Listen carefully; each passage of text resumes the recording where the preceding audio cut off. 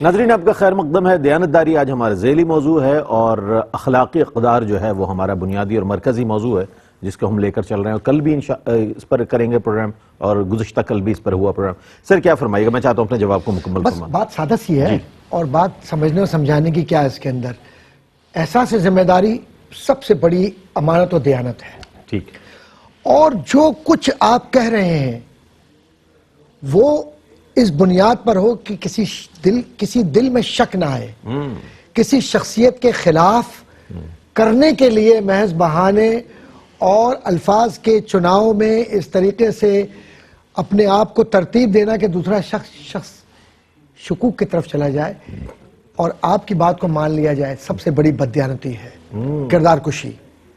کسی فرد کو آگاہ کر دینا حضور کی محبت سے، یہ سب سے بڑی زندگی کی امانت ہے جو آپ نے پہنچا دی، جو قبر میں کام آئے گی، حشر میں کام آئے گی۔ اور سب سے بڑی بددیانتی یہ ہے کہ اپنے الفاظ کا سہارا لے کر، اپنی صلاحیت کا سہارا لے کر لوگوں کو گمراہ کرنا، اور اپنی جانب سے خود حدیثیں بنا لینا، خود قرآنی آیات کی تشریحات کر کے جو کفار پر تھی وہ مسلمانوں پہ چسپا کر دینا، اور اپنے لفظوں کے اور اپنی زبان کا غلط استعمال کرنا۔ سب سے بڑا دیانتدار وہ ہے جو اپنی زبان کو قرآن کا تابع کر لے اور اپنے وجود کو شریعت کا پابند کر دے۔ اور سب سے بڑا صوفی وہ ہے جو اپنے مریدین کی تربیت کرتے ہوئے اپنی ذات کو فنا کر کے عشق مصطفیٰ کو عام کر دے۔ کیا کہنے، کیا کہنا۔ اپنا ہاتھ نہ بڑھائیے، دست اقدس جس پر آپ نے بیعت کی اس ہاتھ کو آگے بڑھائیے۔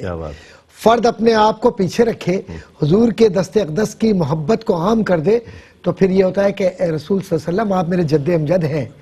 میں عبیدہ سے آپ کو سلام عرض کرتا تھا، آج احمد کبیر رفاعی آپ کی بارگاہ میں حاضر ہوا ہے، دست اقدس دیجیے تاکہ میں بوسہ دے سکوں۔ اور لوگوں نے دیکھا کہ بوسہ لیا، دیکھا لوگوں نے، 90,000۔ اور یہ کرامات اولیاء، علامہ جلال الدین سیوطی رحمۃ اللہ علیہ نے لکھا 90,000 لکھا۔ اور عبیدہ پر حکمت رفاعیہ میں جو بات ہے وہ یہ ہے کہ آپ دعویٰ نہ کیجئے کسی خلافت کی، ولایت کی، یا کسی کرامت کے۔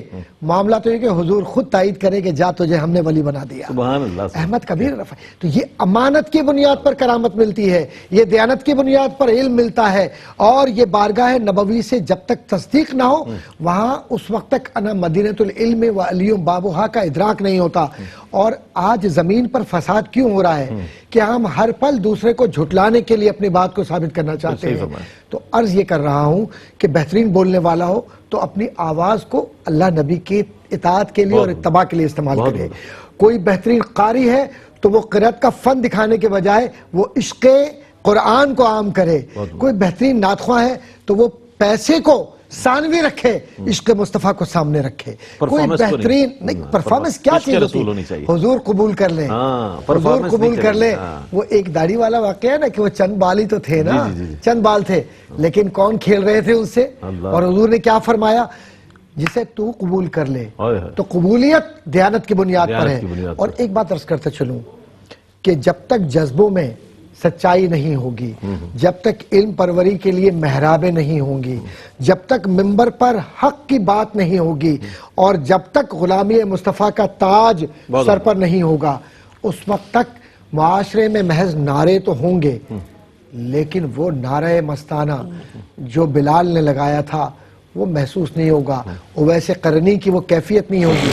تو عشق میں بھی دیانت، اور حسن ظرافت کے اندر بھی تاجدار مدینہ کا چہرے انور، اور محراب و منبر میں بھی حضور کی اطاعت، اور نماز میں بھی اور سجدے میں بھی حضور کی، اور کربلا کی محبت جب تک نہیں ہوگی، اور اولیاء کاملین کی جو محبت کا تقاضا ہے تصوف، اس میں جب تک حلم، بردباری، رواداری اور وہ بنیادی تصورات جو اسلام کے ہیں، اخلاقیات کے، وہ نہیں ہوں گے، اس وقت تک محض تقریری لوگ تو پیدا ہوں گے، صحیح فرمائیں، لیکن تکوینی عمل سے گزرنے والے، حضرت علامہ صاحب نے کہا تکوین اور تشریح، ان دونوں مراتب کو جب یکجا کریں گے تو قاری نظر آتا ہے حقیقت میں قرآن۔